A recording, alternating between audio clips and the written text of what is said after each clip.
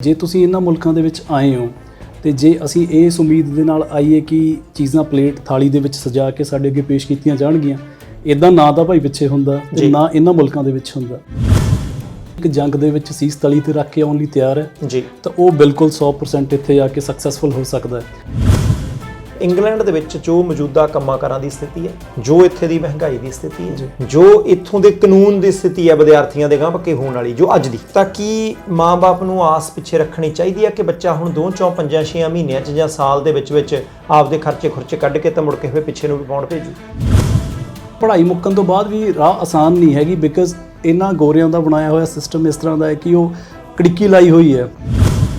जो हालात देखते हैं व्हाट्सएप, बहुत हद तक बच्चे स्ट्रगल कर रहे हैं। अजकल लेबर ਦੇ ਕੰਮ ਦੇ ਵਿੱਚ ਆਪਣੇ ਮੁੰਡੇ ਕੁੜੀਆਂ ਦੇਖੀਦੇ ਨੇ। ਉਹ 2 ਸਾਲ ਦੇ ਵਰਕ ਪਰਮਿਟ ਤੋਂ ਬਾਅਦ ਫਿਰ ਕੋਈ ਇਦਾਂ ਦਾ ਪੱਕਾ ਹੀ ਰਾਹ ਆ ਵੀ ਮੈਂ 2 ਸਾਲ ਕੰਮ ਕੀਤਾ ਤਾਂ ਮੈਂ ਪੱਕਾ ਹੋ ਜਾਣਾ, ਜਾਂ ਉਹਦੇ ਵਿੱਚ ਵੀ ਸ਼ਰਤਾਂ ਨੇ? ਜੇ ਅਸੀਂ ਇਹ ਉਮੀਦ ਰੱਖੀਏ ਵੀ ਇਹ ਕਾਲਜ ਯੂਨੀਵਰਸਿਟੀ ਵੀ ਜਾਣ, ਇਹ ਪੜ੍ਹਾਈ ਵੀ ਕਰਨ, ਡਿਗਰੀ ਵੀ ਲੈਣ, ਇਹ ਲਾਅ ਵੀ ਨਾ ਤੋੜਨ ਤੇ ਇਹ ਫਿਰ ਵੀ ਮਹੀਨੇ ਪਿੱਛੋਂ ਪਿੰਡ ਲੱਖ ਰੁਪਈਆ ਭੇਜ ਦੇਣ, ਉਹ ਚੀਜ਼ ਪੋਸੀਬਲ ਨਹੀਂ ਹੈਗੀ। ਕਈ ਵਾਰੀ ਇਹ ਕਿਹਾ ਜਾਂਦਾ ਕਿ 5 ਸਾਲ ਜੇ ਬੰਦਾ ਵਰਕ ਪਰਮਿਟ ਤੇ ਰਹਿ ਜਾਏ ਤਾਂ ਪੱਕਾ ਹੋ ਜਾਊਗਾ, ਪਰ ਉਹ ਜਿਹੜੇ 2 ਸਾਲ PSW ਦੇ ਹੁੰਦੇ ਨੇ ਉਹ ਕਦੇ ਵੀ ਕਾਊਂਟ ਨਹੀਂ ਹੁੰਦੇ। ਕੋਈ ਰਾਹ ਹੀ ਨਹੀਂ ਹੈ। PSW ਤੋਂ ਬਾਅਦ ਕੀ ਹੈ? ਮੈਂ 2 ਸਾਲ ਕੰਮ ਕਰ ਲਿਆ, ਕੋਈ ਫਾਈਲ ਨਹੀਂ ਮੈਂ ਕਿਤੇ ਲਾ ਸਕਦਾ। ਜਾਣੀ ਅੱਜ ਕੱਲ੍ਹ ਇੱਥੇ ਇੱਕ ਫਰਜ਼ੀਵਾੜਾ ਵੀ ਚੱਲ ਰਿਹਾ ਹੈ, ਜਿਹਦੇ ਬਾਰੇ ਮੈਂ ਆਪਣੇ ਭੈਣ ਭਰਾਵਾਂ ਨੂੰ ਸੁਚੇਤ ਕਰਨਾ ਚਾਹੂੰਗਾ।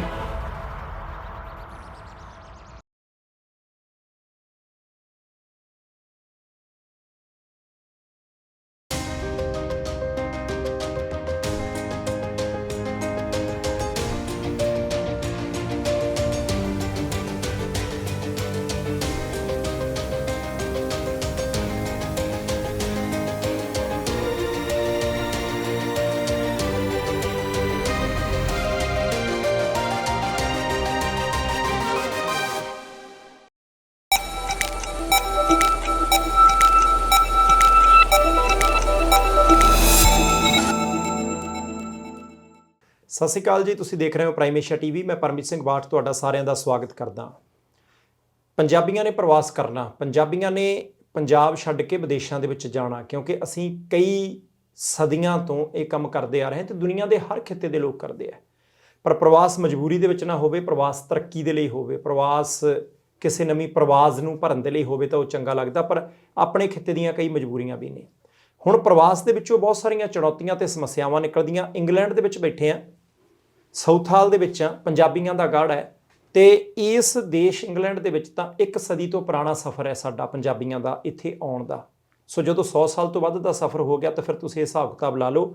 ਹੁਣ ਅੰਤਰਰਾਸ਼ਟਰੀ ਵਿਦਿਆਰਥੀ ਆਉਂਦੇ ਆ, ਇੰਟਰਨੈਸ਼ਨਲ ਸਟੂਡੈਂਟ। ਪੰਜਾਬੀ ਪਰਿਵਾਰਾਂ ਦੇ ਵਿੱਚੋਂ ਚਰਚਾ ਚੱਲਦੀ ਹੁੰਦੀ ਹੈ ਕਿ ਪੁੱਤ ਤੇ ਧੀਏ 8ਵੀਂ 'ਚ ਹੋ ਗਈਆਂ, 12ਵੀਂ ਕਰ ਲਾ ਪੁੱਤ, ਚੰਗੇ ਤਰੀਕੇ ਆਇਲਸ ਕਰ ਲਈ, ਮੁੜ ਕੇ 12ਵੀਂ 'ਚ ਨੰਬਰ ਚੰਗੇ ਹੋਏ ਤਾਂ ਫਿਰ ਤੈਨੂੰ ਵਲਾਇਤ ਭੇਜਾਂਗੇ ਪੜ੍ਹਨ ਜਾਂ ਕੈਨੇਡਾ ਭੇਜਾਂਗੇ। ਹੁਣ ਜਿਹੜੇ ਬੱਚੇ ਇੰਟਰਨੈਸ਼ਨਲ ਸਟੂਡੈਂਟ ਦੇ ਤੌਰ ਦੇ ਉੱਤੇ ਇੰਗਲੈਂਡ ਆਉਂਦੇ ਆ, ਮਾਪਿਆਂ ਦੀ ਕੋਸ਼ਿਸ਼ ਹੁੰਦੀ ਬੱਚਾ ਇੱਕ ਵਾਰੀ ਵਲਾਇਤ ਭੇਜ ਦਿੱਤਾ ਤੇ ਸਾਡੀਆਂ ਸਮੱਸਿਆਵਾਂ ਹੋ ਗਈਆਂ ਹੱਲ, ਜਾਂ ਫਿਰ ਘੱਟੋ ਘੱਟ ਉਹਦੀ ਜ਼ਿੰਦਗੀ ਹੋ ਜੂ ਬਿਹਤਰ। ਪਰ ਬੱਚਾ ਜਦੋਂ ਇੱਥੇ ਆਉਂਦਾ ਤੇ ਆਣ ਕੇ ਇੱਕ ਵੱਖਰੇ ਤਰ੍ਹਾਂ ਦਾ ਵਲਾਇਤ ਨਜ਼ਰ ਆਉਂਦਾ। ਇੱਥੇ ਸੰਭਾਵਨਾਵਾਂ ਬਹੁਤ ਨੇ, ਇੱਥੇ ਚੰਗੇ ਲੋਕਾਂ ਦੀ ਕੋਈ ਕਮੀ ਨਹੀਂ, ਪਰ ਵਿੱਚ ਵਿਚਾਲੇ ਐਸੇ ਲੋਕ ਵੀ ਹੈਗੇ ਆ ਜਿਹੜੇ ਤੁਹਾਨੂੰ ਪਰੇਸ਼ਾਨ ਕਰ ਸਕਦੇ ਆ, ਤੇ ਨਾਲ ਦੀ ਨਾਲ ਸੰਭਾਵਨਾਵਾਂ ਉਹਨਾਂ ਦੇ ਲਈ ਨੇ ਜਿਹੜੇ ਕਿ ਮਨ ਮਾਰ ਕੇ ਕੰਮ ਕਰ ਸਕਦੇ, ਮਿਹਨਤ ਕਰ ਸਕਦੇ ਤੇ ਥੋੜ੍ਹੀ ਬਹੁਤ ਦਿਮਾਗੀ ਸ਼ਕਤੀ ਦੀ ਵਰਤੋਂ ਕਰਨਗੇ। ਤਾਂ ਜੇ ਆਪਾਂ ਕਹੀਏ ਕਿ ਭਾਈ ਬਿਸਤਰੇ ਦੇ ਉੱਤੇ ਬੈਠਿਆਂ ਨੂੰ ਰੋਟੀ ਮਿਲ ਜਾਣੀ, ਤੇ ਉਹਦੀ ਤਾਂ ਕੋਈ ਸੰਭਾਵਨਾ ਹੀ ਨਹੀਂ। ਸਾਡੇ ਨਾਲ ਇਸ ਵੇਲੇ ਇੱਕ ਐਸੀ ਸ਼ਖਸੀਅਤ ਹੈ, ਇੰਟਰਨੈਸ਼ਨਲ ਸਟੂਡੈਂਟ ਦੇ ਤੌਰ ਦੇ ਉੱਤੇ ਇੰਗਲੈਂਡ ਆਏ ਸੀ, ਬਹੁਤ ਲੰਬਾ ਸਮਾਂ ਨਹੀਂ ਹੋਇਆ, ਥੋੜ੍ਹਾ ਹੀ ਸਮਾਂ ਹੋਇਆ, ਪਰ ਇਸ ਵੇਲੇ ਪੜ੍ਹਾਈ ਪੂਰੀ ਕਰਕੇ ਕਾਗਜ਼ ਪੱਤਰ ਸਿੱਧੇ ਕਰਕੇ ਚੰਗਾ ਕਾਰੋਬਾਰ ਕਰਦੇ ਆ, ਤੇ ਉਹਨਾਂ ਦੇ ਨਾਲ ਗੱਲਬਾਤ ਕਰਨੀ ਹੈ ਆਪਾਂ। ਕਿਉਂਕਿ ਜਦੋਂ ਇੱਥੇ ਦੇ ਲੋਕਲ ਲੋਕਾਂ ਨੂੰ ਦੱਸਣਾ ਹੁੰਦਾ ਤਾਂ ਨਾ ਆਪਣਾ ਛੋਟਾ ਦੱਸਦੇ ਆ, ਤੇ ਜਦੋਂ ਪੰਜਾਬੀਆਂ ਨੂੰ ਦੱਸਣਾ ਹੋਵੇ ਤਾਂ ਨਾ ਵੱਡਾ ਦੱਸਦੇ ਆ। ਛੋਟਾ ਨਾ ਕਿਉਂ ਦੱਸਣਾ ਪੈਂਦਾ? ਭਾਈ ਵੀ ਅੱਜ ਗੱਲ ਕਰਨੀ ਹੈ। ਸਤਿ ਸ਼੍ਰੀ ਅਕਾਲ ਜੀ। ਸਤਿ ਸ਼੍ਰੀ ਅਕਾਲ ਬਾਠ ਸਾਹਿਬ, ਜੀ ਆਇਆਂ ਨੂੰ ਜੀ। ਠੀਕ ਠਾਕ ਹੋ? ਬਹੁਤ ਵਧੀਆ ਜੀ, ਕਿਰਪਾ ਵਾਹਿਗੁਰੂ ਦੀ। ਬਾਕੀ ਭਾਈਚਾਰਿਆਂ ਨੂੰ ਕੀ ਨਾਂ ਦੱਸਦੇ ਹੋ? ਆਮ ਤੌਰ ਤੇ ਜੀ ਲੰਡਨ ਦੇ ਵਿੱਚ ਜਾਣਿਆ ਜਾਂਦਾ 7 ਢਿੱਲੋਂ ਕਰਕੇ। ਠੀਕ ਹੈ। ਤੇ ਮੇਰਾ ਪੂਰਾ ਨਾਮ ਹੈਗਾ ਜੀ ਸਤਿੰਦਰਪਾਲ ਸਿੰਘ ਢਿੱਲੋਂ, ਜੋ ਕਰਦੇ ਨੇ ਸਤਿੰਦਰਪਾਲ ਸਿੰਘ ਢਿੱਲੋਂ ਸਾਹਿਬ। ਮੈਂ ਢਿੱਲੋਂ ਸਾਹਿਬ ਕਹਿ ਕੇ ਸਾਰਦਾ। ਤੁਸੀਂ ਅੰਤਰਰਾਸ਼ਟਰੀ ਵਿਦਿਆਰਥੀ ਦੇ ਤੌਰ ਤੇ ਜਦੋਂ ਆਏ, ਕਿਉਂਕਿ ਤੁਸੀਂ ਆਪਣੀ ਪੜ੍ਹਾਈ ਜਿਹੜੀ ਹੈ ਦਿੱਲੀ ਤੋਂ ਵੀ ਕੀਤੀ। ਹਾਂਜੀ। 2008 'ਚ ਆਏ। ਹਾਂਜੀ। 15 ਸਾਲ ਹੋ ਗਏ ਜੀ ਤਕਰੀਬਨ। ਹਾਂਜੀ ਤਕਰੀਬਨ 15 ਸਾਲ ਪਹਿਲਾਂ ਤਾਂ ਅੱਜ ਦਾ ਵਲਾਇਤ ਹੋ ਸਕਦਾ ਥੋੜ੍ਹਾ ਜਿਹਾ ਵੱਖਰਾ ਹੋਵੇ। ਉਦੋਂ ਸੋਸ਼ਲ ਮੀਡੀਆ ਇੰਨਾ ਨਹੀਂ ਸੀ, ਉਦੋਂ ਇੰਟਰਨੈਟ ਇੰਨਾ ਫਾਸਟ ਨਹੀਂ ਸੀ। ਨਹੀਂ ਸੀ। ਉਦੋਂ ਜਦੋਂ ਤੁਸੀਂ ਇੰਗਲੈਂਡ ਆਏ ਉਦੋਂ ਵੀ ਮਿਹਨਤ ਕਰਨੀ ਪੈਂਦੀ ਸੀ ਕਿ ਅੱਜ ਦੇ ਨਿਆਣਿਆਂ ਨੂੰ ਵੀ ਕਰਨੀ ਪੈਂਦੀ ਹੈ? ਬਟ ਸਾਹਿਬ ਸਵਾਲ ਤੁਹਾਡਾ ਬੜਾ ਬੇਸਿਕ ਹੈ ਔਰ ਜਵਾਬ ਵੀ ਬੜਾ ਬੇਸਿਕ ਹੈ, ਚਾਹੇ ਅੱਜ ਤੋਂ 15 ਸਾਲ ਪਹਿਲਾਂ ਹੋਵੇ ਜਾਂ ਜੀ। 50 ਸਾਲ ਪਹਿਲਾਂ ਹੋਵੇ। ਮਿਹਨਤ ਤਾਂ ਹਰ ਯੁੱਗ ਦੇ ਵਿੱਚ ਕਰਨੀ ਪੈਂਦੀ ਹੈ, ਚਾਹੇ ਅੱਜ ਤੋਂ 15 ਸਾਲ ਬਾਅਦ ਅਸੀਂ ਚਲੇ ਜਾਈਏ ਉਸ ਫਿਊਚਰ 'ਚ ਵੀ ਮਿਹਨਤ ਕਰਨੀ ਪਊਗੀ। ਜਿੱਥੋਂ ਤੱਕ ਰਹੀ ਪ੍ਰਦੇਸ਼ ਦੀ ਗੱਲ, ਜੇ ਤੁਸੀਂ ਇਹਨਾਂ ਮੁਲਕਾਂ ਦੇ ਵਿੱਚ ਆਏ ਹੋ ਅਤੇ ਜੇ ਅਸੀਂ ਇਸ ਉਮੀਦ ਦੇ ਨਾਲ ਆਈਏ ਕਿ ਚੀਜ਼ਾਂ ਪਲੇਟ ਥਾਲੀ ਦੇ ਵਿੱਚ ਸਜਾ ਕੇ ਸਾਡੇ ਅੱਗੇ ਪੇਸ਼ ਕੀਤੀਆਂ ਜਾਣਗੀਆਂ, ਇੱਦਾਂ ਨਾ ਤਾਂ ਭਾਈ ਪਿੱਛੇ ਹੁੰਦਾ ਅਤੇ ਨਾ ਇਹਨਾਂ ਮੁਲਕਾਂ ਦੇ ਵਿੱਚ ਹੁੰਦਾ। ਸਵਾਲ ਛੋਟੇ-ਛੋਟੇ 3 ਕਰਨੇ ਆ। ਜੀ। ਉਹਦਾ ਕਾਰਨ ਇਹ ਹੈ ਕਿ ਉਹਦੇ ਨਾਲ ਘੱਟੋ ਘੱਟ ਇੱਕ ਮੁੱਢ ਵੱਜ ਜਾਏ, ਕਿਉਂਕਿ ਪ੍ਰਾਈਮ ਏਸ਼ੀਆ ਪਰਿਵਾਰ ਨੂੰ ਅਸੀਂ ਇਹ ਦੱਸ ਦੇਣਾ ਚਾਹੁੰਦੇ ਕਿ ਅੱਜ ਦਾ ਇਹ ਪ੍ਰੋਗਰਾਮ ਇਸ ਕਰਕੇ ਹੈ ਕਿ ਜਿਹੜੇ ਬੱਚਿਆਂ ਨੇ ਇੰਗਲੈਂਡ ਆਉਣਾ, ਤਿਆਰੀ ਖਿੱਚ ਕੇ ਬੈਠੇ ਆ, ਉਹ ਤਿਆਰੀ ਕਿੱਦਾਂ ਦੀ ਰੱਖਣ, ਉਹਨਾਂ ਦੇ ਮਾਪੇ ਧਿਆਨ ਕਿਹਨਾਂ ਗੱਲਾਂ ਦਾ ਰੱਖਣ, ਵਲਾਇਤ ਦੇ ਵਿੱਚ ਅਸਲ 'ਚ ਕਿਸ ਪ੍ਰਕਿਰਿਆ ਦੇ ਵਿੱਚੋਂ ਦੀ ਤੁਹਾਨੂੰ ਲੰਘਣਾ ਪੈਣਾ, ਉਹ ਸਾਰੀਆਂ ਗੱਲਾਂ ਅੱਜ ਦੇ ਪ੍ਰੋਗਰਾਮ 'ਚੋਂ ਕਲੀਅਰ ਹੋ ਜਾਣ। ਕਿਉਂਕਿ ਢਿੱਲੋਂ ਸਾਹਿਬ ਖੁਦ ਲੰਘੇ ਨੇ ਉਹਨਾਂ ਚੀਜ਼ਾਂ ਦੇ ਵਿੱਚੋਂ, ਤੇ ਜਿਹੜਾ ਬੰਦਾ ਖੁਦ ਲੰਘਿਆ ਹੋਵੇ ਉਹਨੂੰ ਪਤਾ ਹੁੰਦਾ ਕਿ ਭਾਈ ਕਿੱਥੇ ਕੁ ਵੱਟਾ, ਕਿੱਥੇ ਕੁ ਟੋਆ, ਕਿੱਥੋਂ ਕੁ ਸੜਕ ਕੱਚੀ ਹੈ, ਕਿੱਥੋਂ ਕੁ ਭੀੜੀ ਹੈ, ਤੇ ਕਿੱਥੋਂ ਕੁ ਰਸਤੇ 3 ਬਣ ਜਾਂਦੇ ਆ। ਵਲਾਇਤ ਦੇ ਵਿੱਚ, ਇੰਗਲੈਂਡ ਦੇ ਵਿੱਚ ਜੇ ਬੱਚਾ ਕੰਮ ਕਰਨਾ ਚਾਹੇ, ਚੰਗੇ ਤਰੀਕੇ ਪੜ੍ਹਨਾ ਚਾਹੇ ਤਾਂ ਸਫਲ ਹੋ ਸਕਦਾ? ਹਾਂਜੀ, ਬਿਲਕੁਲ ਹੋ ਸਕਦਾ ਹੈ ਜੀ, ਇਹਦੇ ਵਿੱਚ ਕੋਈ ਦੋ ਰਾਏ ਨਹੀਂ ਹੈ ਜੀ। ਪਰ ਬਸ਼ਰਤ ਹੈ ਕਿ ਉਹ ਬੱਚਾ ਜਿੱਦਾਂ ਅਸੀਂ ਇਹ ਸਮਝ ਲਈਏ ਕਿ ਇੱਕ ਜੰਗ ਦੇ ਵਿੱਚ ਸੀਸ ਤਲੀ ਤੇ ਰੱਖ ਕੇ ਆਉਣ ਲਈ ਤਿਆਰ ਹੈ ਜੀ, ਤਾਂ ਉਹ ਬਿਲਕੁਲ 100% ਇੱਥੇ ਜਾ ਕੇ ਸਕਸੈਸਫੁਲ ਹੋ ਸਕਦਾ ਹੈ। ਜੇ ਬੱਚਾ ਇਸ ਉਮੀਦ ਦੇ ਨਾਲ ਆਵੇ ਕਿ ਮੈਨੂੰ ਪੈਂਪਰਿੰਗ ਮਿਲੂਗੀ ਜਾਂ ਮੈਨੂੰ ਉਹ ਮਾਂ-ਬਾਪ ਦੀ ਗੋਦ ਦਾ ਨਿੱਘ ਮਿਲੂਗਾ ਜੋ ਮੈਨੂੰ ਪਿੱਛੇ ਪੰਜਾਬ 'ਚ ਮਿਲਦਾ ਸੀਗਾ, ਜੀ, ਉਹ ਬਿਲਕੁਲ ਹੀ ਸੱਚਾਈ ਹੈਗੀ। ਠੀਕ ਹੈ। ਅਨਫੋਰਚੂਨੇਟਲੀ ਹੁੰਦਾ ਕੀ ਹੈ ਕਿ ਮਾਂ-ਬਾਪ ਵੀ ਆਪਣਾ ਪੁੱਤਰ ਮੋਹ ਜਾਂ ਧੀ ਮੋਹ ਛੱਡ ਨਹੀਂ ਪਾਉਂਦੇ ਔਰ ਬੱਚੇ ਵੀ ਕਿਤੇ ਨਾ ਕਿਤੇ ਥੋੜ੍ਹੇ ਸੋਲ ਹੋ ਜਾਂਦੇ ਨੇ ਔਰ ਇਹ ਉਮੀਦ ਕਰਦੇ ਨੇ ਕਿ ਸਾਡੇ ਨਾਲ ਕੋਈ ਸੌਫਟਨੈਸ ਨਾਲ ਪੇਸ਼ ਆਊਗਾ। ਜੀ। ਇਸ ਚੀਜ਼ ਦੇ ਵਿੱਚ ਕੋਈ ਮਾੜੀ ਚੀਜ਼ ਨਹੀਂ, ਜੇ ਇੱਥੋਂ ਦਾ ਭਾਈਚਾਰਾ, ਇੱਥੋਂ ਦੇ ਬਿਜ਼ਨੈਸਿਸ ਸੌਫਟਨੈਸ ਰੱਖਣੀ ਵੀ ਚਾਹੀਦੀ ਹੈ, ਜੀ। ਪਰ ਕਿਤੇ ਨਾ ਕਿਤੇ ਉਹਨਾਂ ਨੂੰ ਵੀ ਜਸਟਿਸ ਕਰਨਾ ਪੈਂਦਾ ਆਪਣੀ ਆਰਗੇਨਾਈਜੇਸ਼ਨ ਨਾਲ, ਆਪਣੇ ਬਿਜ਼ਨਸ ਨਾਲ। ਭਾਈ ਵੀ ਜੇ ਤੁਹਾਨੂੰ ਨੌਕਰੀ ਦਿੱਤੀ ਹੈ ਤਾਂ ਤੁਹਾਨੂੰ ਉਹਦੇ ਤੇ ਪੂਰਾ ਖਰਾ ਉਤਰਨਾ ਪੈਣਾ। ਠੀਕ ਹੈ। ਤੁਸੀਂ ਇਸ ਚੀਜ਼ ਦੀ ਉਮੀਦ ਨਾ ਲਾਓ ਕਿ ਇਹਦੇ ਵਿੱਚ ਕੋਈ ਕੰਪਰੋਮਾਈਜ਼ਸ ਕੀਤੇ ਜਾਣਗੇ ਤੇ ਉਹਨਾਂ ਨੂੰ ਉਸ ਦਿੱਤੀ ਹੋਈ ਪਗਾਰ ਦਾ, ਵੇਜ ਦਾ ਮੁੱਲ ਜੇ ਮੁੜਦਾ ਹੋਵੇ ਤੇ ਜੇ ਬੱਚੇ ਉਸ ਕਸਵੱਟੀ ਤੇ ਪੂਰੇ ਉਤਰਨ ਤਾਂ ਬਿਲਕੁਲ ਉਹ ਸਕਸੈਸਫੁਲ ਹੋ ਸਕਦੇ ਨੇ। ਬੱਚੇ ਫੇਲ ਵੀ ਹੋ ਜਾਂਦੇ ਆ? ਹਾਂਜੀ, ਜੋ ਹਾਲਾਤ ਦੇਖਦੇ ਹਾਂ WhatsApp, ਬਹੁਤ ਹੱਦ ਤੱਕ ਬੱਚੇ ਸਟਰਗਲ ਕਰ ਰਹੇ ਨੇ। ਅੱਜ ਕੱਲ੍ਹ ਲੇਬਰ ਦੇ ਕੰਮ ਦੇ ਵਿੱਚ ਆਪਣੇ ਮੁੰਡੇ ਕੁੜੀਆਂ ਦੇਖੀਦੇ ਨੇ, ਪਰ ਕਿਤੇ ਨਾ ਕਿਤੇ ਕਮੀ ਦੋਹਾਂ ਪੱਖਾਂ ਦੀ ਆਪਾਂ ਕਹਿ ਸਕਦੇ ਹਾਂ, ਇੱਕ ਹੱਥ ਨਾਲ ਤਾੜੀ ਨਹੀਂ ਵੱਜਦੀ। ਬਹੁਤ ਸਾਰੇ ਸਟੂਡੈਂਟ ਸਾਡੇ ਕੋਲੇ ਆਉਂਦੇ ਆ ਜੋ ਜੌਬਸ ਕਰਦੇ ਆ, ਸਕਸੈਸਫੁਲ ਨੇ, ਕਾਫੀ ਸਾਲਾਂ ਤੋਂ ਕੰਮ ਕਰਦੇ ਨੇ, but at the same time ਬਹੁਤ ਸਾਰੇ ਮੁੰਡੇ ਇਸ ਤਰ੍ਹਾਂ ਦੇ ਵੀ ਆ ਜਾਂਦੇ ਨੇ ਕਿ ਮੰਨ ਲਓ ਅਸੀਂ ਉਹਨਾਂ ਨੂੰ ਕੰਮ 'ਤੇ ਰੱਖ ਲਿਆ ਤਾਂ ਅਸੀਂ ਹੁਣ ਅੱਖਾਂ ਤੋਂ ਪਾਸੇ ਹੋ ਗਏ ਤਾਂ ਉਹਨਾਂ ਨੇ ਆਪਣਾ ਟਿਕਟੋਕ ਖੋਲ੍ਹ ਕੇ ਬੈਠ ਜਾਣਾ ਜਾਂ ਵੀਡੀਓ WhatsApp ਕਾਲ ਲਾ ਕੇ ਬੈਠ ਜਾਣੀ ਹੈ। ਤੁਸੀਂ ਉਸ ਚੀਜ਼ ਨੂੰ ਕੁਝ ਸਮੇਂ ਲਈ ਅਣਗੌਲਿਆਂ ਕਰ ਸਕਦੇ ਹੋ ਕਿ ਚਲੋ ਬੱਚੇ ਨੇ, ਕੁਝ ਟਾਈਮ ਲਈ ਉਸ ਚੀਜ਼ ਨੂੰ ਤੁਸੀਂ ਮਾਫ ਕਰ ਸਕਦੇ ਹੋ, ਪਰ ਕਿਤੇ ਨਾ ਕਿਤੇ ਫਿਰ ਤੁਸੀਂ ਭਾਈ ਸਾਡੀ ਵੀ ਰੋਜ਼ੀ ਰੋਟੀ ਹੈ, ਉਹਦੇ ਨਾਲ ਜਸਟਿਸ ਨਹੀਂ ਹੈ। ਠੀਕ ਹੈ। ਅਤੇ ਉਸ ਵਜ੍ਹਾ ਕਰਕੇ ਕਿਤੇ ਨਾ ਕਿਤੇ ਥੋੜ੍ਹੀਆਂ ਕੁਰੀਤੀਆਂ ਰਹਿ ਜਾਂਦੀਆਂ ਨੇ।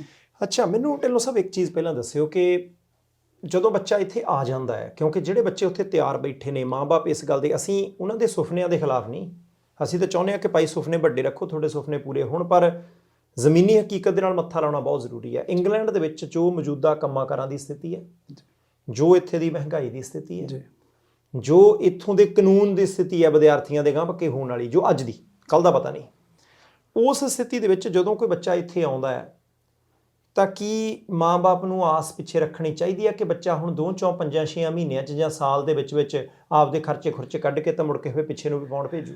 ਜੋ ਸੱਚਾਈ ਹੈ WhatsApp ਉਹ ਇਹ ਹੈ ਕਿ ਹਰ ਮਾਂ-ਬਾਪ ਜੋ ਆਪਣਾ ਧੀ ਪੁੱਤਰ ਇਸ ਮੁਲਕ ਦੇ ਵਿੱਚ ਭੇਜ ਰਹੇ ਨੇ ਜਾਂ ਕਿਸੇ ਹੋਰ ਕੰਟਰੀ 'ਚ ਭੇਜ ਰਹੇ ਨੇ, ਉਹ ਪੜ੍ਹਨ ਲਈ ਨਹੀਂ ਭੇਜ ਰਹੇ। ਅਸੀਂ ਜੇ ਇਸ ਚੀਜ਼ ਨੂੰ ਕਹੀਏ ਪੰਜਾਬੀ ਹੋ ਕੇ, ਸਾਨੂੰ ਪਤਾ ਇਸ ਚੀਜ਼ ਦੀ ਰਿਐਲਿਟੀ ਦਾ ਕਿ ਉਹ ਕੰਮ ਕਰਨ ਲਈ ਭੇਜ ਰਹੇ ਨੇ ਜੀ, ਬਟ ਅਨਫੋਰਚੂਨੇਟਲੀ ਜਦੋਂ ਉਹ ਉੱਥੇ ਜਾਂਦੇ ਨੇ ਉਹਨਾਂ ਨੂੰ ਉਸ ਸਿਸਟਮ ਦੇ ਵਿੱਚ ਸੈਟਅਪ ਹੋਣਾ ਪੈਂਦਾ। ਜੇ ਉਹ ਕਾਗਜ਼ਾਂ ਤੋਂ ਬਾਹਰ ਹੋ ਜਾਂਦੇ ਨੇ, ਮਤਲਬ ਇਲੀਗਲ ਹੋ ਜਾਂਦੇ ਨੇ, ਤਾਂ ਉਹ ਪੈਸੇ ਭੇਜ ਸਕਦੇ ਨੇ, ਪਰ ਜੇ ਅਸੀਂ ਇਹ ਉਮੀਦ ਰੱਖੀਏ ਵੀ ਇਹ ਕਾਲਜ ਯੂਨੀਵਰਸਿਟੀ ਵੀ ਜਾਣ, ਇਹ ਪੜ੍ਹਾਈ ਵੀ ਕਰਨ, ਡਿਗਰੀ ਵੀ ਲੈਣ, ਇਹ ਲਾਅ ਵੀ ਨਾ ਤੋੜਨ ਤੇ ਇਹ ਫਿਰ ਵੀ ਮਹੀਨੇ ਪਿੱਛੋਂ ਪਿੰਡ ਲੱਖ ਰੁਪਈਆ ਭੇਜ ਦੇਣ, ਉਹ ਚੀਜ਼ ਪੋਸੀਬਲ ਨਹੀਂ ਹੈਗੀ ਜਿੰਨੀ ਦੇਰ ਪੜ੍ਹਾਈ ਨਹੀਂ ਮੁੱਕਦੀ। ਔਰ ਪੜ੍ਹਾਈ ਮੁੱਕਣ ਤੋਂ ਬਾਅਦ ਵੀ ਰਾਹ ਆਸਾਨ ਨਹੀਂ ਹੈਗੀ, ਬਿਕਾਜ਼ ਇਹਨਾਂ ਗੋਰਿਆਂ ਦਾ ਬਣਾਇਆ ਹੋਇਆ ਸਿਸਟਮ ਇਸ ਤਰ੍ਹਾਂ ਦਾ ਹੈ ਕਿ ਉਹ ਕੜਿੱਕੀ ਲਾਈ ਹੋਈ ਹੈ। ਜੋ ਤੁਹਾਨੂੰ ਵੱਧ ਤੋਂ ਵੱਧ ਅੱਜ ਦੀ ਡੇਟ 'ਚ ਜੇ ਕੋਈ ਬੱਚਾ ਇੱਥੇ ਆਉਂਦਾ ਹੈ, ਡਿਗਰੀ ਕੋਰਸ 'ਤੇ ਆਉਂਦਾ ਤਾਂ ਉਹ ਡਿਗਰੀ ਕੋਰਸ ਖਤਮ ਹੋਣ ਤੋਂ ਬਾਅਦ ਇੱਕ ਪੋਸਟ ਸਟੱਡੀ ਵਰਕ ਜਿਹਨੂੰ ਕਹਿੰਦੇ ਆ, ਉਹ ਵੀਜ਼ਾ ਹੁੰਦਾ 2 ਸਾਲ ਦਾ ਦੇ ਦਿੰਦੇ ਨੇ।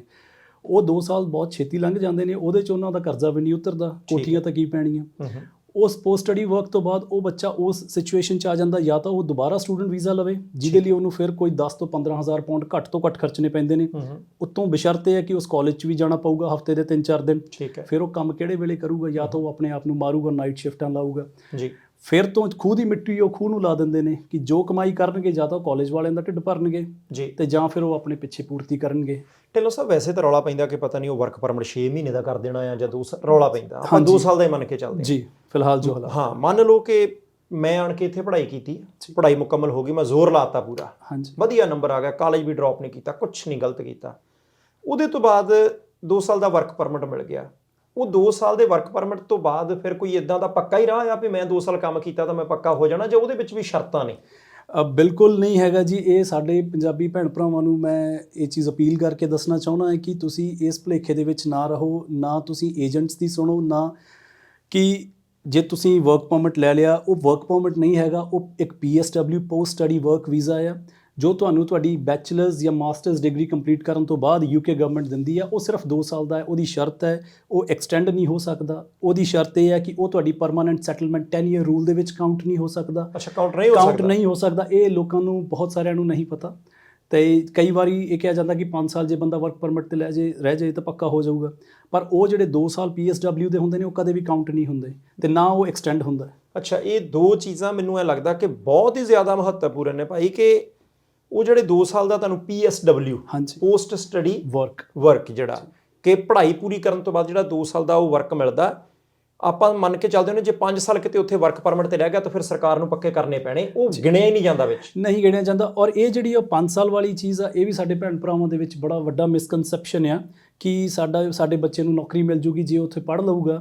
ਇੱਦਾਂ ਮਿਲਦੀਆਂ ਵੀ ਨੇ, ਪਰ ਉਹ ਬਹੁਤ ਹਾਈ ਫਾਈ ਜੌਬਸ ਨੇ। ਕੋਈ IT ਸੈਕਟਰ ਦੇ ਵਿੱਚ ਆ, ਜਾਂ ਕੋਈ ਜੈਨੂਇਨਲੀ ਸ਼ੈਫ ਬਣ ਗਿਆ, ਜਾਂ ਕੋਈ ਜੈਨੂਇਨਲੀ IT ਸੈਕਟਰ ਦੇ ਵਿੱਚ ਕੰਮ ਕਰ ਰਿਹਾ।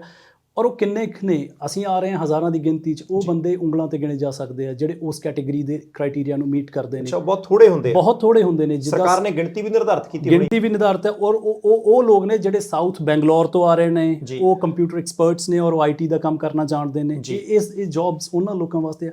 ਮੈਂ ਵੀ ਦਿੱਲੀ ਤੋਂ ਪੜ੍ਹਿਆ, ਮੈਂ ਪੰਜਾਬ ਦੇ ਵਿੱਚ ਪ੍ਰਾਇਮਰੀ ਸਕੂਲ ਗਿਆ ਹੋਇਆ। ਸਾਡੇ ਬੰਦੇ ਬਹੁਤ ਛੇਤੀ ਕੀਤੀਆਂ ਉਸ ਲੈਵਲ ਦੀਆਂ ਜੌਬਸ ਤੇ ਅਸੀਂ ਨਹੀਂ ਜਾ ਪਾਉਂਦੇ ਕਿਉਂਕਿ ਸਾਡਾ ਮੋਢੀ ਉਹਨਾਂ ਸਟਰੋਂਗ ਨਹੀਂ ਵੱਜਿਆ ਹੁੰਦਾ, ਬੇਸ ਨਹੀਂ ਵੱਜਿਆ ਹੁੰਦਾ। 5 ਸਾਲ ਦਾ ਵਰਕ ਪਰਮਿਟ ਮਿਲਦਾ ਹੈ ਉਹਨਾਂ ਨੂੰ, ਮਿਲਦਾ ਹੈ ਜੋ ਜੈਨੂਇਨ ਸਟੂਡੈਂਟਸ ਨੇ। ਅੱਜ ਕੱਲ੍ਹ ਇੱਥੇ ਇੱਕ ਫਰਜ਼ੀਵਾੜਾ ਵੀ ਚੱਲ ਰਿਹਾ ਜਿਹਦੇ ਬਾਰੇ ਮੈਂ ਆਪਣੇ ਭੈਣ ਭਰਾਵਾਂ ਨੂੰ ਸੁਚੇਤ ਕਰਨਾ ਚਾਹੂੰਗਾ। ਉਹ ਇਹ ਚੱਲ ਰਿਹਾ ਹੈ ਕਿ ਜਿਹੜੇ ਬਿਜ਼ਨਸਿਸ ਨੇ, ਜੋ ਪੁਰਾਣੇ ਲੋਕ ਆ ਕੇ ਸੈਟਲ ਹੋਏ ਨੇ, ਸਾਰੇ ਨਹੀਂ, ਸਾਰਿਆਂ ਨੂੰ ਅਸੀਂ ਇੱਕ ਰਸੇ ਨਹੀਂ ਬੰਨ੍ਹ ਸਕਦੇ, ਬਹੁਤੇ ਚੰਗੇ ਨੇ। ਉਹ ਕੀ ਕਰਦੇ ਨੇ, ਉਹ ਸਪਾਂਸਰਸ਼ਿਪ ਲਾਇਸੈਂਸ ਹੋਮ ਆਫਿਸ ਦੇ ਕੋਲੋਂ ਲੈ ਲੈਂਦੇ ਨੇ। ਠੀਕ ਹੈ, ਸਾਨੂੰ ਬੰਦਾ ਚਾਹੀਦਾ, ਉਹ ਲਾਇਸੈਂਸ ਗ੍ਰਾਂਟ ਕਰ ਦਿੰਦਾ ਆ ਹੋਮ ਆਫਿਸ। ਉਹ ਕੀ ਕਰਦੇ ਨੇ, ਉਹ ਜਾ ਕੇ 10, 20, 30 ਬੰਦਿਆਂ ਦੇ ਕੋਲੋਂ ਪੈਸੇ ਫੜ ਲੈਂਦੇ ਨੇ ਵੀ ਤੁਸੀਂ ਮੈਨੂੰ 20,000 ਪਾਉਂਡ ਦਿਓ, ਮੈਂ ਤੁਹਾਡਾ ਵਰਕ ਪਰਮਿਟ ਲਗਵਾ ਦੂੰਗਾ। ਹੁਣ ਉਹ ਜਿਹੜੇ ਵਿਦਿਆਰਥੀ ਨੇ, ਉਹ ਵਿਚਾਰੇ ਬਹੁਤ ਜ਼ਿਆਦਾ ਡੈਸਪਰੇਟ ਨੇ ਕਿ ਸਾਡੀ ਸੈਟਲਮੈਂਟ ਹੋ ਜੇ, ਔਰ ਹੋਣਾ ਵੀ ਚਾਹੀਦਾ, ਕਿ ਇਹਦੇ ਵਿੱਚ ਕੋਈ ਦੋ ਰਾਏ ਨਹੀਂ। ਪਰ ਉਸ ਡੈਸਪਰੇਸ਼ਨ ਦੇ ਵਿੱਚ ਉਹ ਇਹ ਮਿਸਟੇਕ ਕਰ ਜਾਂਦੇ ਨੇ। ਉਹਨਾਂ ਨੂੰ ਇਹ ਨਹੀਂ ਪਤਾ ਇਸ ਇੰਪਲੋਇਰ ਦੇ ਕੋਲੇ ਲਾਇਸੈਂਸ ਕਿੰਨਾ, ਇਹਦੀ ਕੰਪਨੀ ਦਾ ਟਰਨਓਵਰ ਕਿੰਨਾ, ਅਸੀਂ ਹੋਰ ਕਿੰਨਿਆਂ ਬੰਦਿਆਂ ਨੇ ਇਹਨੂੰ ਪੈਸੇ ਦੇ ਦਿੱਤੇ ਨੇ। ਉਹ 2 ਮਹੀਨੇ ਕੰਪਨੀ ਚਲਾ ਕੇ, 6 ਮਹੀਨੇ ਚਲਾ ਕੇ, ਸਾਲ ਚਲਾ ਕੇ ਉਹ ਕੰਪਨੀਆਂ ਨੂੰ ਤਾਲੇ ਲਗਾ ਦਿੰਦੇ ਨੇ। ਉਹਨਾਂ ਦੇ ਉੱਤੇ ਕੋਈ ਐਕਸ਼ਨ ਨਹੀਂ ਹੈ, because legally it is not illegal to shut a business and they can satisfy the HMRC that the company was not working, not making profits। ਤੇ ਉਹਨਾਂ ਨੇ ਕੰਪਨੀ ਬੰਦ ਕਰਤੀ, ਤਾਂ ਇਹਨਾਂ ਦੇ ਵੀ ਪੈਸੇ ਗਏ ਔਰ ਇਹਨਾਂ ਦਾ ਵੀਜ਼ਾ ਵੀ ਗਿਆ। ਸੋ ਇਹ ਉਸ ਕਿਸ਼ਤੀ ਦੇ ਵਿੱਚ ਆ ਜਾਂਦੇ ਨੇ ਜੋ ਕਿ ਬਹੁਤ ਡਾਵਾਡੋਲ ਹੁੰਦੀ ਹੈ। ਨਾ ਕੋਈ ਜੈਨੂਇਨ ਸਪਾਂਸਰ ਮਿਲਦਾ, ਨਾ ਫਿਰ ਹੋਰ ਕਿਸੇ ਪਾਸੇ ਦੇ, ਔਰ ਇੰਨੇ ਪੈਸੇ ਦੇ ਕੇ ਵੀ ਉਹ ਇਲੀਗਲ ਰਹਿ ਜਾਂਦੇ ਨੇ। ਢਿੱਲੋਂ ਸਾਹਿਬ, ਜੇ ਮੈਂ ਇਸ ਗੱਲ ਨੂੰ ਹਿਸਾਬ ਕਿਤਾਬ ਦੇ ਵਿੱਚ ਲਾਉਣਾ ਹੋਵੇ ਤਾਂ ਪੁਰਾਣੇ ਕਈ ਪੰਜਾਬੀ ਆਏ ਹੋਏ ਜਿਹੜੇ ਵਧੀਆ ਕਾਰੋਬਾਰ ਕਰਦੇ, ਇਮਾਨਦਾਰੀ ਨਾਲ ਕਰਦੇ, ਅਸੀਂ ਉਹਨਾਂ ਸਾਰਿਆਂ ਦਾ ਸਤਿਕਾਰ ਕਰਦੇ ਹਾਂ। ਤੇ ਸਰਕਾਰ ਨੇ ਇੱਕ ਢੰਗ ਤਰੀਕਾ ਦਿੱਤਾ ਹੋਇਆ ਕਿ ਜੇ ਤੁਹਾਨੂੰ ਬੰਦਾ ਚਾਹੀਦਾ ਕਾਰੋਬਾਰ ਚਲਾਉਣ ਲਈ ਤਾਂ ਅਸੀਂ ਤੁਹਾਨੂੰ ਅਲਾਉ ਕਰਦੇ ਹਾਂ ਜੀ। ਪਰ ਜਿਨ੍ਹਾਂ ਨੂੰ ਇਹਦੇ ਵਿੱਚੋਂ ਚੋਰ ਮੋਰੀ ਲੱਭੇ ਜੀ ਕਿ ਭਾਈ ਕੰਪਨੀ ਖੋਲੀ, ਸਰਕਾਰ ਤੋਂ ਆਗਿਆ ਲਈ ਕਿ ਸਾਨੂੰ ਭਾਈ 3 ਬੰਦੇ 5 ਚਾਹੀਦੇ ਆ, ਪੈਸੇ 25 ਤੋਂ ਲੈ ਲੈ, ਮੁੜ ਕੇ ਕੰਪਨੀ ਨਾਲ ਆਤਾ ਜਿੰਦਰਾ। ਤੇ ਜੇ ਤਾਂ ਸਾਡਾ ਵਿਦਿਆਰਥੀ ਚੰਗੇ ਬੰਦੇ ਕੋਲ ਗਿਆ ਫਿਰ ਤਾਂ ਉਹ ਠੀਕ ਹੈ, ਕੋਈ ਪ੍ਰੋਬਲਮ ਨਹੀਂ। ਤੇ ਜੇ ਕਿਤੇ ਉਹ ਇਦਾਂ ਦੇ ਕੋਈ ਫਸ ਗਿਆ ਤਾਂ ਝੁੱਗਾ ਚੌੜ ਹੈ ਜੀ। ਇਹ ਗੱਲ ਹੋ ਰਹੀ ਹੈ? ਹਾਂਜੀ ਬਿਲਕੁਲ, ਬਹੁਤ ਵੱਡੇ ਪੈਮਾਨੇ ਤੇ ਹੋ ਰਹੀ ਹੈ। ਬਹੁਤ ਮੁੰਡਿਆਂ ਨੂੰ ਮਿਲੀਦਾ ਜੀ ਕਿ ਜਿਨ੍ਹਾਂ ਦਾ ਟੈਲੀਫੋਨ ਆ ਜਾਂਦਾ ਵੀ ਭਾਜੀ ਇਦਾਂ ਕੰਪਨੀ ਦੇ ਵਿੱਚ ਸਪਾਂਸਰਸ਼ਿਪ ਵੀਜ਼ਾ ਲੱਗਾ ਸੀਗਾ ਤੇ ਉਹ ਕੰਪਨੀ ਬੰਦ ਹੋ ਗਈ। ਹਾਂ, ਬਹੁਤ ਸਾਰੇ ਲੋਕ ਇਸ ਤਰ੍ਹਾਂ ਵੀ ਕਰਦੇ ਨੇ, ਉਹ ਐਕਚੁਅਲ ਦੇ ਵਿੱਚ ਉਹਨਾਂ ਦੇ ਕੋਲੇ ਨੌਕਰੀ ਵੀ ਨਹੀਂ ਕਰਦੇ, ਨੌਕਰੀ ਉਹ ਕਿਸੇ ਦੁਕਾਨ ਦੇ ਉੱਤੇ ਕਰ ਰਹੇ ਨੇ ਤੇ ਵੀਜ਼ਾ ਲੱਗਿਆ ਹੋਇਆ ਵਾ ਵੀ ਮੈਂ ਕੰਪਿਊਟਰ ਦੀ ਜੌਬ ਫਲਾਣੇ ਆਫਿਸ ਦੇ ਵਿੱਚ ਕਰਨੀ ਹੈ। 6 ਮਹੀਨੇ ਸਾਲ 1.5 ਸਾਲ ਬਾਅਦ ਉਹ ਤਾਲਾ ਲੱਗ ਜਾਂਦਾ ਤੇ ਫਿਰ ਉਹ ਸਿਚੁਏਸ਼ਨ ਦੇ ਵਿੱਚ ਆ ਜਾਂਦੇ ਨੇ ਕਿ ਨਾ ਉਹ ਵਰਕ ਪਰਮਿਟ ਵਧਾ ਸਕਦੇ ਨੇ, ਫਿਰ ਉਹ ਸਟੂਡੈਂਟ ਵੀਜ਼ਾ ਲੈਣ ਵੀ ਜਾਣਗੇ ਤਾਂ ਫਿਰ ਵੀ ਕੋਈ 10-15 ਹਜ਼ਾਰ ਪਾਉਂਡ ਖਰਚਣਗੇ। ਤੇ ਇਹ ਸਭ ਨੂੰ ਮੱਦੇਨਜ਼ਰ ਰੱਖ ਕੇ ਉਹ ਇਹ ਫੈਸਲਾ ਕਰ ਲੈਂਦੇ ਨੇ ਕਿ ਭਾਈ ਅਸੀਂ ਇਲੀਗਲ ਹੋ ਜਾਣਾ ਜਾਂ ਅਸੀਂ ਇੱਥੇ ਵਿਆਹ ਕਰਾ ਕੇ ਅਸੀਂ ਬੱਚੇ ਨੂੰ ਜਨਮ ਦੇ ਲੈਂਦੇ ਹਾਂ, ਕਿਉਂਕਿ ਉਹ ਵੀ ਬਹੁਤ ਕਾਮਨ ਪ੍ਰੈਕਟਿਸ ਹੈ ਸਾਡੇ ਲੋਕਾਂ ਦੇ ਵਿੱਚ। ਜਾਣੀ ਜੇ ਮੀਆਂ ਬੀਵੀ ਦੋਨੋਂ ਚੋਂ ਇੱਕ ਪੜ੍ਹਨ ਆਇਆ ਇੱਕ ਨਾਲ ਆਇਆ, ਜੇ ਬੱਚਾ ਇੰਗਲੈਂਡ ਦਾ ਬਰਥ ਹੋ ਜਾਂਦਾ ਉਹਨਾਂ ਦੇ ਬੱਚੇ ਦਾ ਤਾਂ ਫਿਰ ਤਾਂ ਪੱਕਾ ਹੀ ਆ। ਹੁਣ ਇਸ ਤਰ੍ਹਾਂ ਵੀ ਨਹੀਂ ਆ ਬਾਟ ਸਾਹਿਬ, ਇਹ ਬੜੀ ਲੰਬੀ ਰੇਸ ਆ। ਉਸ ਚੀਜ਼ ਦੇ ਵਿੱਚ ਹੋ ਕੇ ਵੀ ਚਾਹੇ ਦੋਵੇਂ ਵੀ ਇਲੀਗਲ ਹੋਣ, 7 ਸਾਲ ਉਹ ਬੱਚਾ ਇੱਥੇ ਰਹਿ ਜਾਵੇ, ਉਸ ਤੋਂ ਬਾਅਦ ਉਹ ਲੋਕ ਅਪਲਾਈ ਕਰ ਸਕਦੇ ਨੇ ਹਿਊਮਨ ਰਾਈਟਸ ਦੇ ਉੱਤੇ ਐਂਡ ਯੈਸ ਉਹ ਪੱਕੇ ਹੋ ਸਕਦੇ ਨੇ। ਨਹੀਂ, ਉਹ 7 ਸਾਲ ਕੰਟੀਨਿਊ ਰੱਖਣਾ ਪਊਗਾ, ਕੰਟੀਨਿਊ ਹਾਂਜੀ, ਸਟੇਟਲੈਸ ਬੱਚਾ ਡਿਕਲੇਅਰ ਕਰਨਾ ਪਊਗਾ। ਬੱਚੇ ਦਾ ਉਹ ਪਾਸਪੋਰਟ ਨਹੀਂ ਬਣਾਉਣਾ ਹੁੰਦਾ ਤੇ ਉਹ ਇੱਥੇ ਇਹ ਵੀ ਰੂਟ ਚੱਲਦਾ ਹੈ, ਆਪਣੇ ਮੁੰਡੇ ਕੁੜੀਆਂ ਕਰ ਰਹੇ ਨੇ। ਪਰ ਉਹ ਜ਼ਿੰਦਗੀ ਬਹੁਤ ਔਖੀ ਤੇ ਨਰਕਾਂ ਵਰਗੀ ਲੰਬੇ ਹੁੰਦੇ। ਤੁਸੀਂ ਇਮੈਜਿਨ ਕਰੋ, ਜ਼ਿਆਦਾਤਰ ਸਾਡਾ ਕੰਮ ਕਾਉਂਸਲਸ ਦੇ ਨਾਲ ਆ, ਅਸੀਂ ਪ੍ਰਾਈਵੇਟ ਰੈਂਟਿੰਗ ਬਹੁਤ ਘੱਟ ਕਰਦੇ ਹਾਂ ਸਾਡੇ ਬਿਜ਼ਨਸ 'ਚ, ਬਟ ਬਹੁਤ ਰੇਅਰ ਕੇਸਿਸ ਹੈਗੇ ਨੇ ਜਿਨ੍ਹਾਂ ਨੂੰ ਅਸੀਂ ਰੂਮਸ ਦਿੱਤੇ ਹੋਏ ਆ, ਕਮਰੇ ਦਿੱਤੇ ਆ। ਹੁਣ ਉਹ ਕਪਲ ਆ, ਉਹਨਾਂ ਦੇ ਕੋਲੇ 2 ਬੱਚੇ ਆ ਔਰ ਉਹ ਇੱਕ ਕਮਰੇ ਦੇ ਵਿੱਚ ਰਹਿ ਰਹੇ ਆ। ਇੱਕ ਕਮਰੇ ਦੇ ਵਿੱਚ ਉਹਨਾਂ ਨੇ ਆਪਣੀ ਜ਼ਿੰਦਗੀ ਗੁਜ਼ਾਰਨੀ ਆ। 7 ਸਾਲ ਉਸ ਬੱਚੇ ਨੂੰ ਉੱਥੇ ਕਮਰੇ 'ਚ, ਉਹੀ ਉਹਨਾਂ ਦਾ ਲਿਵਿੰਗ ਰੂਮ ਆ, ਉਹੀ ਉਹਨਾਂ ਦਾ ਫੈਮਿਲੀ ਰੂਮ ਆ, ਉਹੀ ਬੈੱਡਰੂਮ ਆ ਤੇ ਉਹਦੇ ਵਿੱਚ ਉਹਨਾਂ ਨੇ ਰੋਟੀ ਪਾਣੀ ਖਾਣਾ। ਤਾਂ ਉਹ ਇੱਕ ਨਰਕ ਤੋਂ ਭੈੜੀ ਜ਼ਿੰਦਗੀ ਹੋ ਜਾਂਦੀ ਹੈ, ਕਿਉਂਕਿ ਮਾਂ ਕੰਮ ਨਹੀਂ ਕਰ ਸਕੂਗੀ, ਉਹ ਬੱਚਿਆਂ ਨੂੰ ਸੰਭਾਲੂਗੀ। ਜੇ ਕਿਤੇ ਉਹ ਹੋਰ ਦੇ ਕੇ ਜਾਂਦੇ ਆ, ਉਹਨੇ ਪੈਸੇ ਤਨਖਾਹ ਜੋਗੇ ਉਹਨਾਂ ਨੇ ਉਸ ਬੱਚੇ ਦੀ ਕੇਅਰ ਵਾਸਤੇ ਦੇ ਦੇਣੇ ਆ। ਸਿਰਫ ਫਾਦਰ ਕੰਮ ਕਰ ਸਕਦਾ, ਫਾਦਰ ਵੀ ਕੰਮ ਕਰਕੇ ਸਿਰਫ ਆਪਣਾ ਕਿਰਾਇਆ ਹੀ ਪੂਰਾ ਕਰ ਸਕਦਾ, ਰੋਟੀ ਪਾਣੀ ਖਾ ਸਕਦਾ, ਪਿੱਛੇ ਕੋਈ ਮਹਿਲ ਨਹੀਂ ਪਾ ਸਕਦਾ। ਠੀਕ ਹੈ, ਇੱਕ ਚੀਜ਼ ਫਿਰ ਮੈਨੂੰ ਸਮਝਾਇਓ ਥੋੜ੍ਹਾ ਜਿਹਾ ਹੋਰ ਕਿ ਬੱਚਾ ਪੜ੍ਹ ਗਿਆ, 2 ਸਾਲ ਦਾ PSW ਮਿਲ ਗਿਆ, ਮੈਂ ਹੁਣ ਚੇਤੇ ਰੱਖਣ ਦੀ ਕੋਸ਼ਿਸ਼ ਕਰਦਾ। ਹੁਣ ਉਹ PSW ਜਾਣੀ ਕੋਈ ਰਾਹ ਹੀ ਨਹੀਂ ਹੈ। PSW ਤੋਂ ਬਾਅਦ ਕੀ ਹੈ? ਮੈਂ 2 ਸਾਲ ਕੰਮ ਕਰ ਲਿਆ, ਕੋਈ ਫਾਈਲ ਨਹੀਂ ਮੈਂ ਕਿਤੇ ਲਾ ਸਕਦਾ? ਜਾਣੀ ਬਿਲਕੁਲ ਭਾਜੀ, ਜੇ ਤੁਹਾਨੂੰ ਕੋਈ ਸਪਾਂਸਰ ਮਿਲ ਜਾਵੇ ਬਿਲਕੁਲ ਤੁਸੀਂ ਲਾ ਸਕਦੇ ਹੋ। ਫਿਰ ਜਾਂ ਤਾਂ ਤੁਸੀਂ ਫਿਰ ਵਾਪਸ ਸਟੂਡੈਂਟ ਵੀਜ਼ਾ ਦੇ ਉੱਤੇ ਆਓਗੇ। ਔਰ ਜੋ ਤੁਹਾਨੂੰ ਸਪਾਂਸਰ ਲੱਭਣਾ ਪਊਗਾ, ਮੁਫਤ ਵਾਲਾ ਲੱਭਦਾ ਕਿ ਮੁੱਲ ਵਾਲਾ, ਹੀ ਨਹੀਂ ਪਤਾ। ਇਹ ਨਹੀਂ ਪਤਾ ਬਿਲਕੁਲ ਜੀ।